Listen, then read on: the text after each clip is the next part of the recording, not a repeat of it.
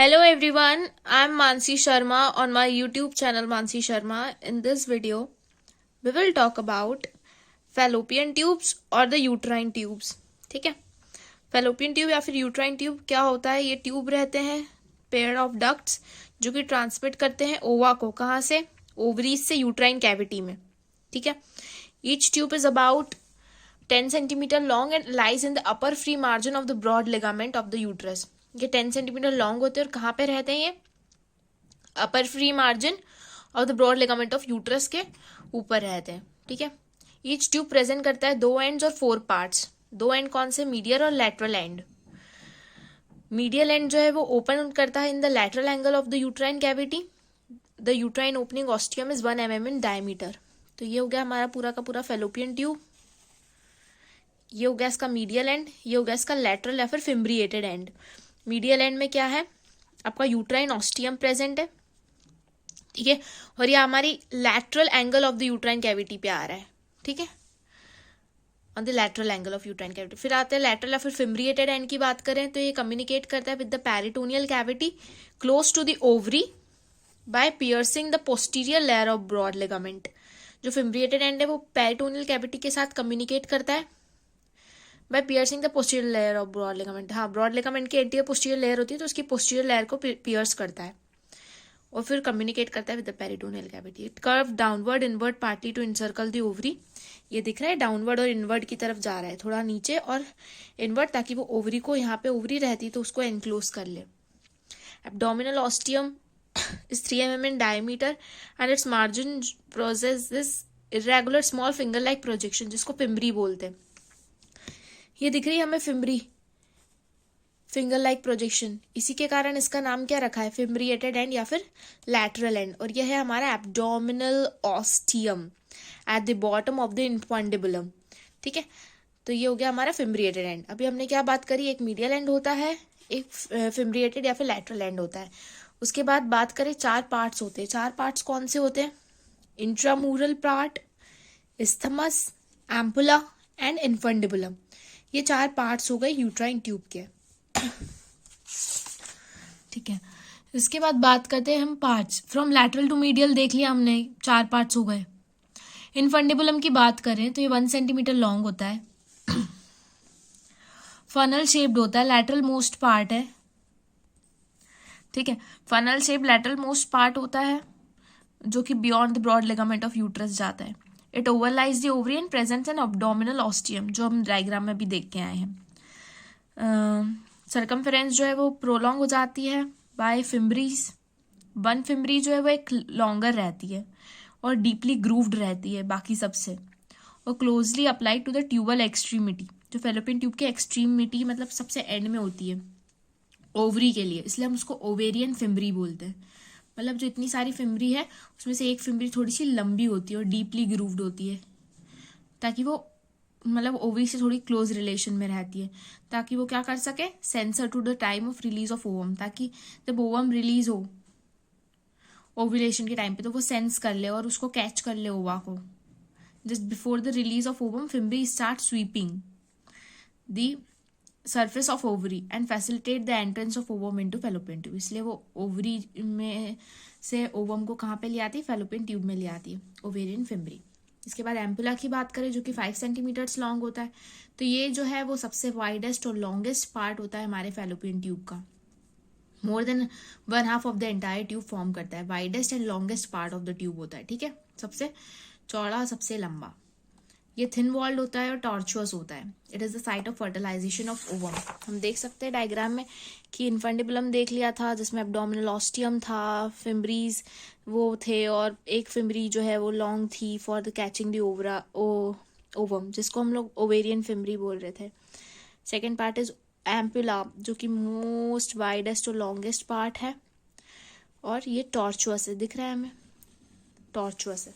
Tortuous मतलब snake like, मतलब ऐसा ऐसा जिप जिप जिप जिप जिप जिप जिप. ठीक है, तो ये हो गया ampulla. Ampulla is the site of fertilization of ovum. Very important. Ampulla में ही क्या होता है? फर्टिलाइजेशन ऑफ ओवम होता है. और इसके बाद मतलब मेल और फीमेल गैमेट फ्यूज होते हैं. इस्थमस जो है वो 2.5 to 3 सेंटीमीटर्स होता है. इट इज द तो इस्थमस क्या है, नैरोएस्ट पार्ट है और लैटरल टू द यूट्रस रहता है. It is round and cord like due to thick muscular wall. Isthmus जो है ये रहा, ये लैटरल टू द यूट्रस रहता है. यहाँ पे यूट्रस है, उसके थोड़ा सा लैटरल में इस्थमस रहता है. तो ये कॉर्ड लाइक ही रहता है, मस्कुलर कॉर्ड लाइक. इस्थमस की बात होगी. इंट्रामूलर या फिर इंटरस्टिशियल पार्ट जो सिर्फ 1 सेंटीमीटर लॉन्ग है. इंट्रामूरल ये सेगमेंट ऑफ यूट्राइन ट्यूब होता है जो कि ट्रांसफर्स करता है हमारी यूट्राइन वॉल को. कहाँ पे, at the junction of fundus and body of the uterus. It lies within the wall of the uterus, hence the name intramural. ये होता है इंट्रामूरल या फिर इंटरस्टिशियल पार्ट. ठीक है, इंट्रामूरल या फिर इंटरस्टिशियल पार्ट जो है वो ट्रांसफर्स करता है हमारी यूट्राइन कैविटी को. कौन से जंक्शन पे, between the fundus and the body of the uterus के जंक्शन पे, और वो यूट्राइन कैविटी के अंदर आ जाता है, इसलिए उसको इंटरस्टिशियल या फिर इंट्रामूरल पार्ट कहने लग जाते हैं. जंक्शन किसका है, फंडस और बॉडी ऑफ यूट्रस के बीच में. ठीक है, इसके बाद आता है हमारा structure of the uterine tube. Structure of uterine tube देखेंगे तो from outside inwards uterine tube जो है 3 कोट से ढका रहता है. That is serous, muscular and mucous coat. Serous coat is derived from the peritoneum. Muscular coat is from smooth muscles, इसमें inner circular outer longitudinal आती है. Mucous coat consist of lining epithelium and underlying lamina propria. ठीक है, वही सब है कि mucus membrane में जो है वो अबाउट 6 प्राइमरी लॉन्गिट्यूडनल फोल्ड्स होते हैं, जिससे बहुत सारे सेकेंडरी टर्शरी फोल्ड्स बनते हैं म्यूकस मेम्ब्रेन के अंदर. ये म्यूकस मेम्ब्रेन, उसमें से फोल्ड्स रहते हैं बहुत सारे. ठीक है, और as a result lumen of tube जो है वो हाईली इरेगुलर हो जाता है. और ये अरेंजमेंट जो हेल्प करता है to provide nutrition to the zygote from all side. अब ये ऐसा यहाँ पे जाइगोट है तो इसके कारण न्यूट्रिशन जो है उसको सब साइड से मिल पाएगा, क्योंकि बहुत ही इरेगुलर एपिथेलियम है. लाइनिंग एपिथेलियम वही है हमारी सिंपल सिलिएटेड कॉलमनार. सिलिएटेड होना जरूरी है ताकि वो ओवा का मूवमेंट करा सके. It consist of 2 type of cell. एक तो होता है सिलिएटेड कॉलमनार, एक non ciliated secretory cells. Secretion of secretory cells जो है ऑब्वियसली सिक्रीटरी नाम ही है तो कुछ सिक्रीट कर रहे होंगे, तो वो क्या प्रोवाइड करते हैं, न्यूट्रिशन प्रोवाइड करते हैं टू द फर्टिलाइज्ड ओवम. ठीक है, the cilia of the ciliated cells beat towards the uterine cavity and help in the transport of fertilised ovum. जो सीलिया वो एक साथ बीट करते हैं, एक साथ जाते हैं टुवर्ड्स द यूट्राइन कैविटी, ताकि फर्टिलाइज्ड ओवम जो है वो ट्रांसमिट हो सके, यूट्रस में इम्प्लांटेशन के लिए जा सके.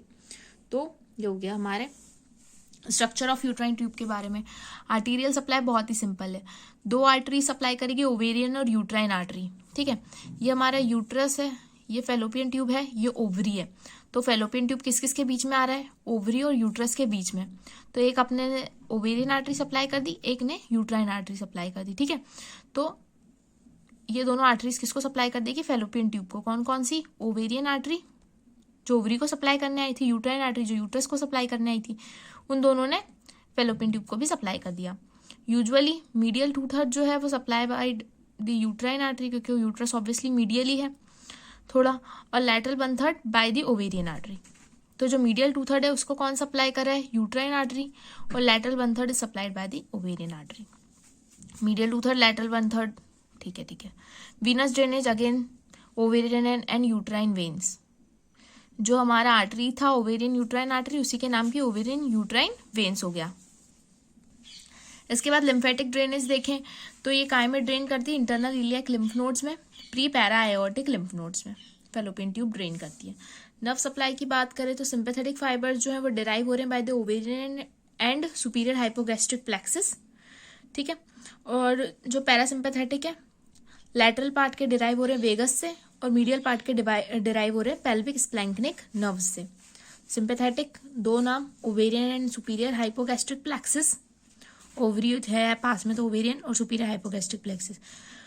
पैरासिम्पैथेटिक में 2 हैं, लैटरल वाले वेगस हैं और मीडियल वाले पेल्विक है. ठीक है, क्लिनिकल एस्पेक्ट वेरी इंपॉर्टेंट, इसकी बात कर लेते हैं. सेल्पिंजाइटिस. सेल्पिंजाइटिस क्या होता है, हम लोग यूट्राइन ट्यूब को सेल्पिंग्स भी बोलते हैं. आइटिस मतलब उसका इन्फ्लामेशन हो गया है. इन्फ्लामेशन ऑफ यूट्राइन ट्यूब को ही हम लोग सेल्पिंजाइटिस बोलते हैं. ठीक है, स्वेलिंग हो चुकी है, इन्फ्लामेशन हो चुका है, redness, hotness, tenderness. It is one of the common cause of the tubal block and may lead to secondary sterility in female. अगर सेल्फिंजाइटिस होगा मतलब इन्फ्लामेशन, उसके कारण ट्यूबल ब्लॉक हो सकता है, यानी फेलोपियन ट्यूब ब्लॉक हो सकता है। और इसके कारण क्या हो सकता है, सेकेंडरी स्टरलिटी इन फीमेल्स आ सकती है, मतलब फीमेल जो है विल बिकम स्टराइल, वो मतलब वो प्रेग्नेंट नहीं हो पाएंगी। ठीक है। Tubal infection usually occur due to upward spread of infection from vagina and uterus. Tubal infection जो होता है फेलोपियन ट्यूब में वो क्यों होगा, जब अपवर्ड इन्फेक्शन हो जाएगा वेजाइना और यूट्रस से फेलोपियन ट्यूब में, इसलिए कारण ट्यूबल इन्फेक्शन हो जाएगा। इसके बाद में जब हम लोग पेटेंसी देखते हैं ट्यूबल ब्लॉक की, तो वो 2 टेस्ट से देखते हैं हम लोग, एक तो रूबिन्स टेस्ट या फिर इनसफ्लेशन टेस्ट। ठीक है।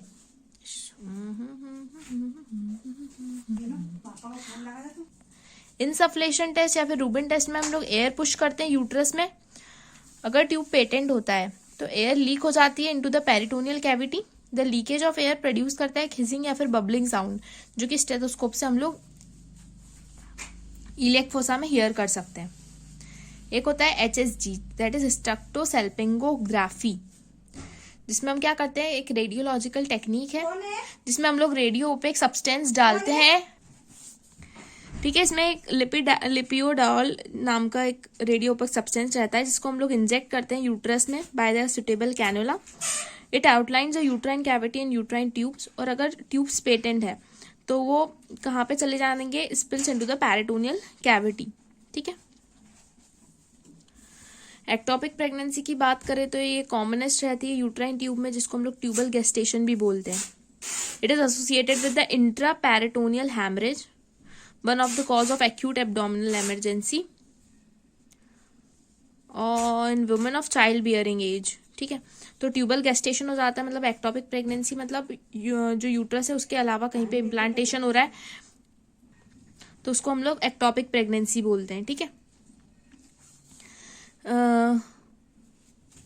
हेमरेज से क्या हो सकता है, haemorrhage occur due to the rupture of the tube cause by enlarging conceptus. ठीक है। ट्यूबेक्टॉमी करते हैं, मतलब हम लोग एक ऑपरेशन करते हैं जिसके कारण, जिसको हम लोग नॉर्मली TT भी बोलते हैं, TT का ऑपरेशन होता है फीमेल्स का।